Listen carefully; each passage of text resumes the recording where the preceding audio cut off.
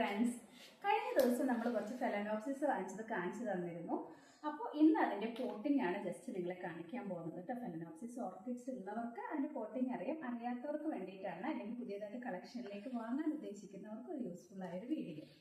ഇങ്ങനെയുള്ളൊരു പോട്ടാണ് ഞാൻ എപ്പോഴും ഫെലനോപ്സിസ് നടാനായിട്ട് വാങ്ങിക്കാറ്. കാരണം ഇതിന് നല്ല ഹോൾസ് ഉണ്ട്. അതുപോലെ ഇത് ഇവിടെ ഞാൻ എക്സ്ട്രാ ഹോൾസ് ഇട്ടിട്ടുണ്ട് കേട്ടോ.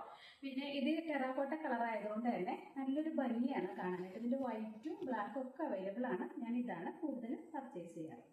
പിന്നെ ഇതിന് വേണ്ടിയിട്ട് കരി നമ്മൾ നന്നായിട്ട് കുറച്ച് ദിവസം വെള്ളത്തിലിട്ടു. അതിനുശേഷം സാഫില് വെള്ളത്തിലിട്ടിട്ട് നല്ല വെയിലിൽ ഉണക്കിയെടുത്ത കരിയാണ് കേട്ടോ.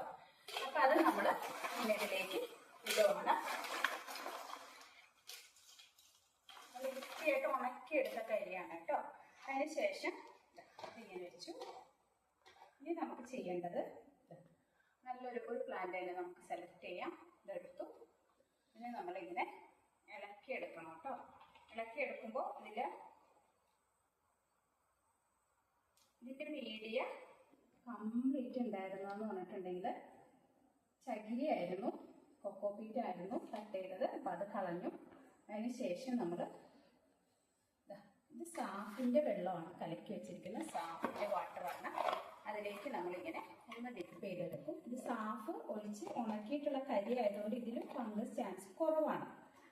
ഇനിയിപ്പോൾ ലീഫിലേക്ക് ഞാനിപ്പോൾ ആക്കുന്നില്ല. ഡിപ്പ് ചെയ്തെടുത്ത ശേഷം ഇത് പോട്ട് ചെയ്യുമ്പോൾ എപ്പോഴും നമ്മളിങ്ങനെ ഒന്ന് ചരിച്ച് പോട്ട് ചെയ്യാൻ ശ്രമിക്കണം കേട്ടോ. നല്ല രീതിയിൽ ഇങ്ങനെ വെള്ളം വാർന്നു പോകുന്ന രീതിയിൽ നമ്മളിങ്ങനെ ഒരു സൈഡിലേക്ക് ചരിച്ച് വെച്ച് കൊടുക്കുക. അതിനുശേഷം വീണ്ടും ഇതിൻ്റെ ഫ്രൂട്ട്സൊക്കെ നല്ല രീതിയിൽ ഇതിൽ പിടിച്ചിരിക്കുന്നതിന് വേണ്ടിയിട്ട് നമ്മൾ എക്സ്ട്രാ കുത്തി നിറച്ച് കരി ആഡ് ചെയ്യേണ്ട ആവശ്യമില്ല. ഈ സൈഡിലേക്കും കൂടെ നമ്മളിങ്ങനെ ആഡ് ചെയ്ത് കൊടുക്കും.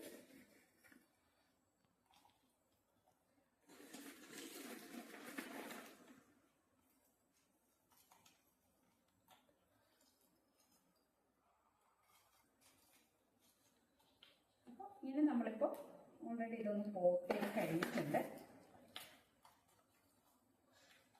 കണ്ടോ, ഇങ്ങനെയാണ് നമ്മൾ ഫെലനോപ്സിസ് പോട്ട് ചെയ്യേണ്ട രീതി. കണ്ടോ, ഇനി ഇത് നാളെ നമ്മളിത് ഹാങ്ങിങ് ക്ലിപ്പുകൾ ഉപയോഗിച്ച് ഹാങ് ചെയ്യും. അതിനുശേഷം സാഫ് ഒന്നും കൂടെ നമ്മൾ സ്പ്രേ ചെയ്ത് കൊടുക്കും. കുറച്ച് ദിവസം നല്ല തണലിൽ വെച്ചിട്ട് ഇതിനൊന്ന് റൂട്ട്സ് ഒക്കെ ഒന്ന് ഓക്കെ ആയെന്ന് കാണുമ്പോൾ നമുക്ക് ഇടേണ്ട സ്ഥലത്തേക്ക്, ചെറുതായിട്ട് വെയിലടിക്കുന്ന സ്ഥലത്തേക്ക് നമുക്ക് മാറ്റാം. അപ്പോൾ എല്ലാവർക്കും വീഡിയോ ഇഷ്ടമായെന്ന് വിചാരിക്കുന്നു.